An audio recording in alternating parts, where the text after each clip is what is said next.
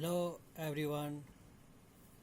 आज का टॉपिक है राष्ट्रीय आंदोलन में महिलाओं की भूमिका। राष्ट्रीय आंदोलन में महिलाओं की भूमिका का प्रश्न अब अनुत्तरित नहीं रहा है। महिलाओं की भूमिका के संदर्भ में सवाल मात्र इतना रहा है कि किस काल से महिलाओं ने राष्ट्रीय आंदोलन में सक्रिय भूमिका निभानी शुरू की। इस संदर्भ में एक प्रभावी मत यह है कि यद्यपि 19वीं सदी के अंत तक महिलाओं का प्रश्न उठने लगा था, तथापि स्त्रियों को घर की चारदीवारी से मुक्त कर उसे सार्वजनिक जीवन में प्रवेश दिलाने का श्रेय गांधी जी को जाता है। परंतु गौर से देखने पर पता चलता है कि अगर इस प्रश्न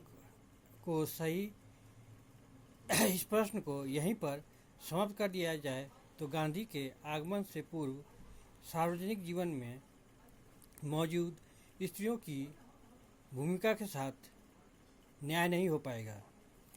यह कहना ज़्यादा उचित होगा कि गांधी जी के आगमन से पूर्व ही स्त्रियों का प्रश्न तथा सार्वजनिक जीवन में स्त्रियों की भागीदारी महत्वपूर्ण रही है, परंतु गांधी जी ने स्त्रियों के प्रश्न को पूर्ण जीवन प्रदान करते हुए उनकी सक्रियता हेतु अनुकूलतम वातावरण तैयार किया। साथ ही सीता, द्रौपदी तथा दमयंती जैसी नारी आदर्शों को उद्धृत करते हुए गांधी जी ने उनके पतियों और पिताओं को आश्वस्त करने की कोशिश भी की कि राजनीतिक रूप से सक्रिय होने के बावजूद भी महिलाएं अपने परिवार के विरुद्ध बगावत नहीं करेगी। यही कारण है कि पुरुषों के साथ समानता की नारीवादी मांग राष्ट्रवादी मांग के साथ कभी भी एकीकृत नहीं हो पाई। उस समय भी नहीं जबकि राष्ट्रवादी आंदोलन का महिलाकरण हुआ। ब्रिटिश काल में औपनिवेशिक नीतियों की तमाम सीमाओं के बावजूद नारी शिक्षा एक सकारात्मक पहलू था, जिसने स्त्रियों की मुक्ति की दिशा में महत्वपूर्ण योगदान दिया। शिक्षा के रथ पर सवार महिलाओं में जिस राष्ट्रीय जागृति का उद्भव हुआ, उसमें सभी तबके, सभी उम्र एवं सभी वर्ग की महिलाओं ने भाग लिया। यद्यपि पुरुषों की तुलना में इनकी भागीदारी कम रही, तथापि इसने भारतीय राष्ट्रीय आंदोलन को वैधानिकता प्रदान की।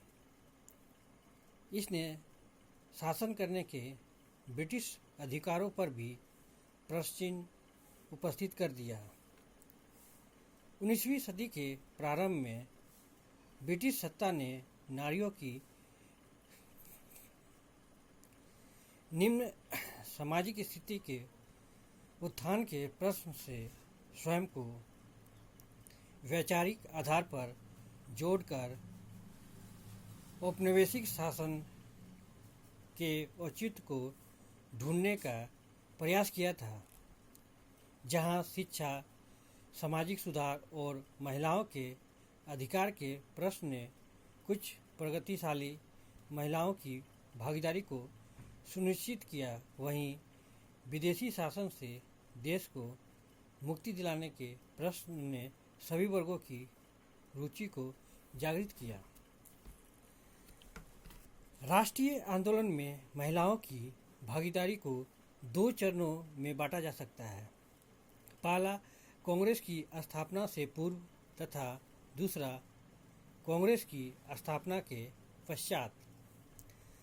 कांग्रेस की स्थापना से पूर्व जो भी आंदोलन संगठित हुआ उसमें भी महिलाओं की भागीदारी स्पष्ट रूप में दिखती है। उदाहरण के लिए कितूर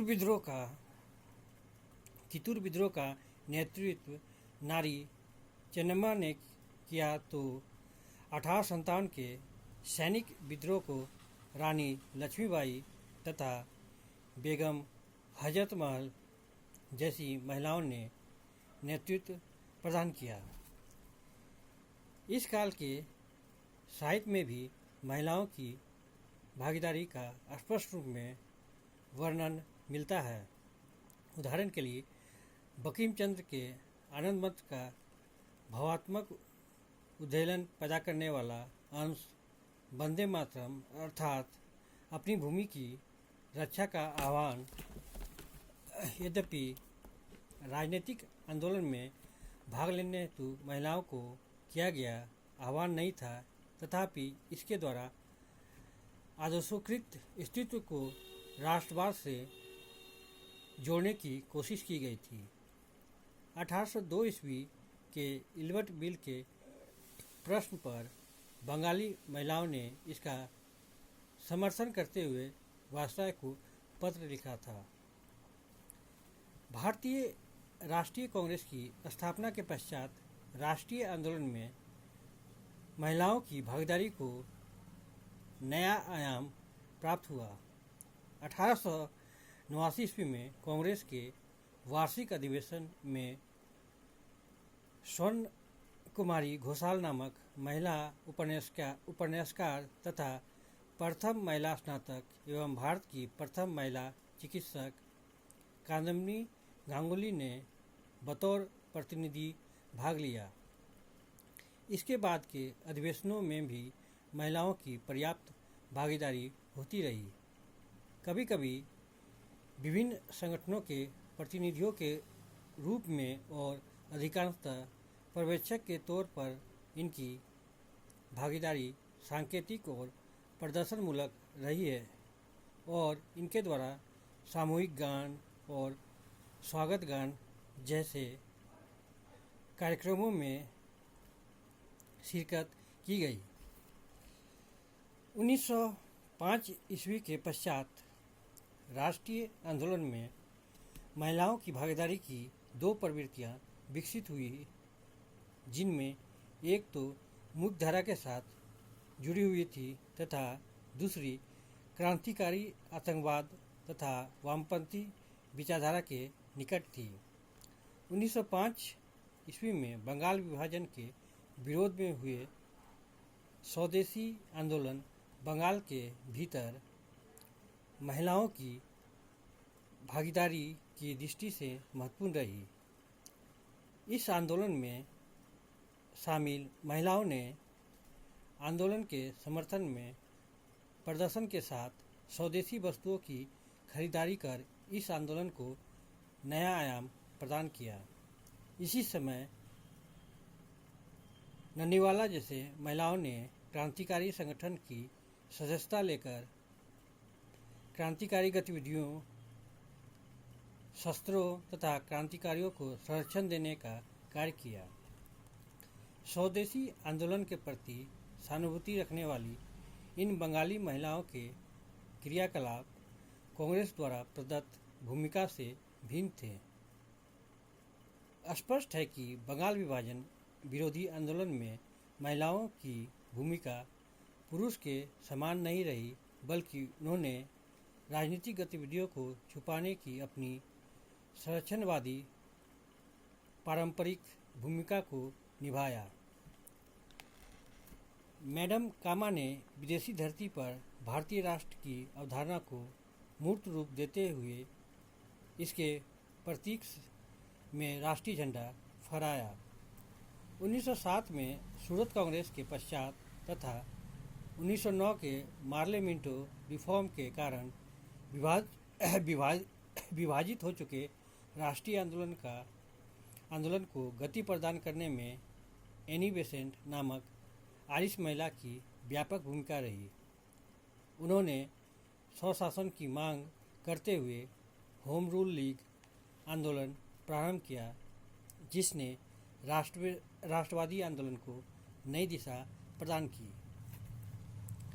भारतीय मानचित्र पर महात्मा गांधी के उभरने के साथ राष्ट्रीय आंदोलन में महिलाओं की भागीदारी का नया चरण प्रारंभ हुआ।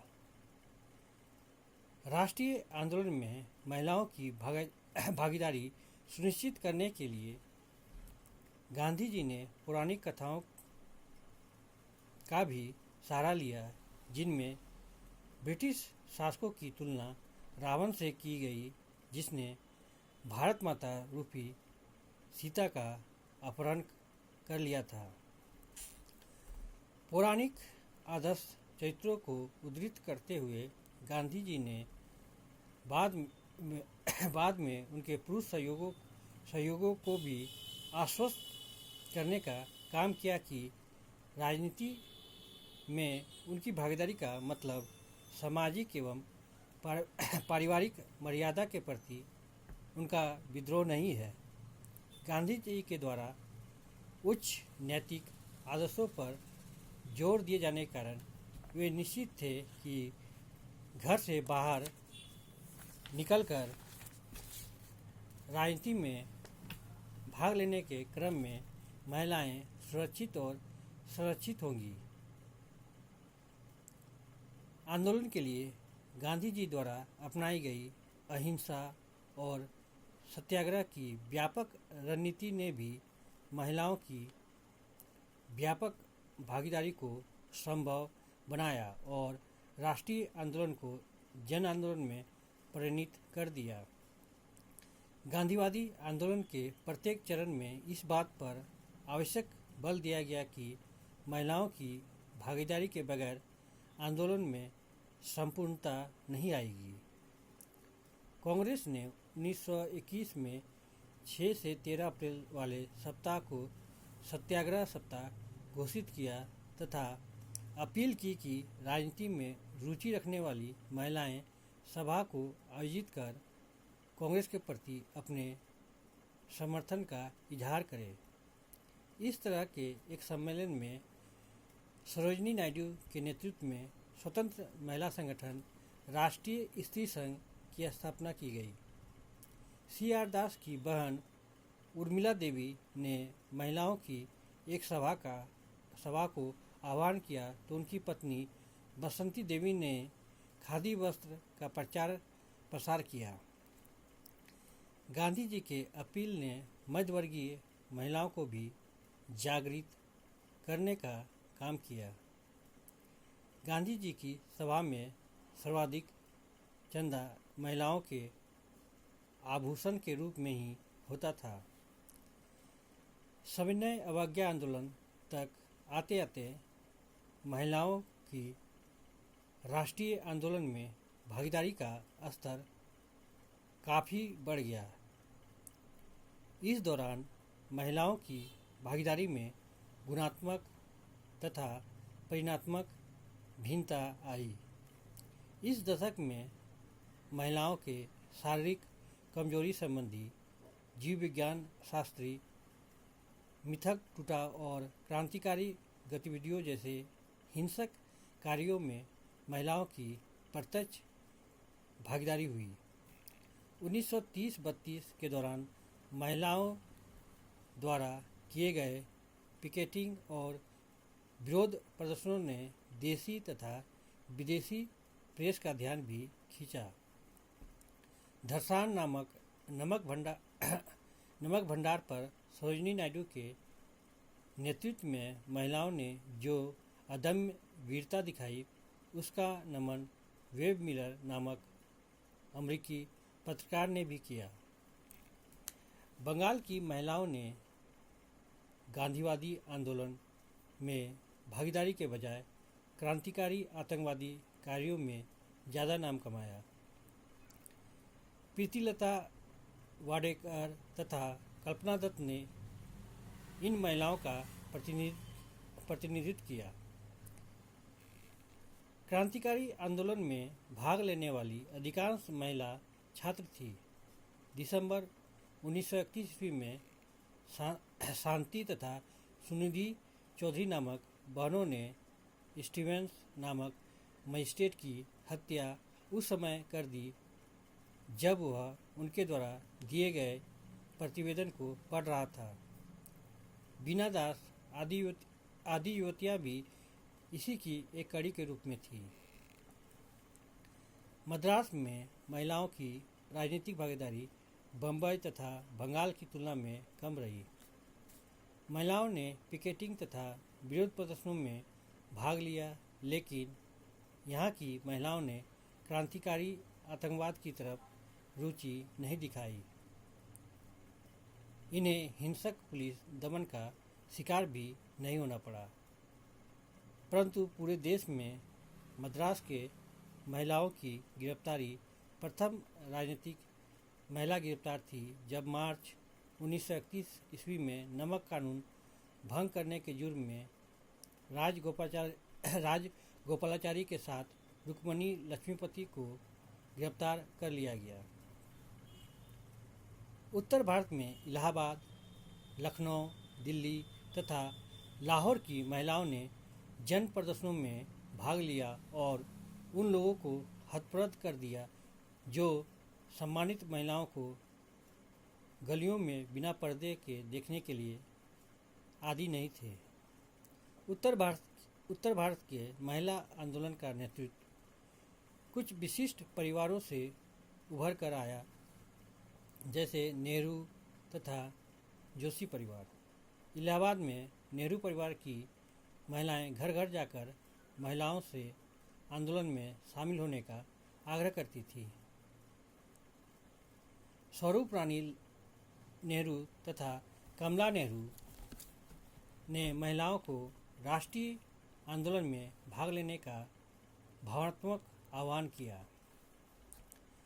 भारत छोड़ो आंदोलन के हिंसक रहने की वजह से सामान्य महिलाओं की भागीदारी कम देखी गई।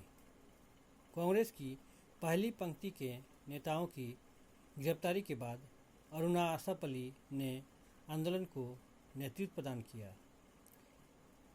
इसी प्रकार उषा मेहता ने गुप्त रेडियो प्रसारण का संचालन कर आंदोलन को गति प्रदान की। इस काल में आज़ाद हिंद फौज के बैनर तले रानी झांसी नामक महिला सैन्य कमान का गठन किया गया, जिसका नेतृत्व कैप्टन लक्ष्मी सहगल के हाथों में था। स्वतंत्रता आंदोलन में स्त्रियों की भागीदारी ने नारी अधिकारों के लिए चल रहे आंदोलन का स्वरूप भी निर्धारित किया। इसने महिलाओं ने अपनी सामाजिक परिस्थिति को भी सुधारने का काम किया। सविनय अवज्ञा आंदोलन के दौरान अधिक से अधिक महिलाएं राष्ट्रीय आंदोलन में शामिल हुई और कुछ पुरुष तो उनके साथ बतौर सहकर्मी प्रशिक्षित हुए तथा काम करना सीखा, किंतु राष्ट्रीय आंदोलन में महिलाओं की भागीदारी की अपनी सीमा भी रही। महिलाएं राजनीतिक गतिविधियों में अपने परिवार की अनुमति के पश्चात शामिल हुई थी, न कि उनकी भागीदारी लैंगिक विभेद विरोधी उनकी विचारधारा के कारण परिवार तथा समाज के प्रति उनके विद्रोह का परिणाम था। राजनीतिक दृष्टि से सक्रिय अधिकांश महिलाओं ने अपनी पतित बहनों, देवदासियों तथा वेश्याओं के प्रति आस्था व्यक्त करते हुए उनके साथ खड़ा होने के बजाय अपने सम्मान को चुनना पसंद किया। इस कारण पतित नारियों की गतिविधियों को राष्ट्रीय आंदोलन के अंदर हतोत्साहित किया गया, जो महिलावादी आंदोलन की दृष्टि से नकारात्मक संकेत था। राष्ट्रीय आंदोलन के दौरान प्रदर्शनकारी महिलाओं ने अखिल भारतीय महिलाओं का प्रतिनिधित्व होने का दावा किया, लेकिन उच्च वर्गीय और मध्यम वर्गीय हिंदू महिलाओं के अलावा अन्य वर्गों की महिलाओं की भागीदारी अत्यंत सीमित रही और कांग्रेस के संगठनकर्ताओं ने उनकी भागीदारी को बढ़ाने की कभी कोशिश नहीं की।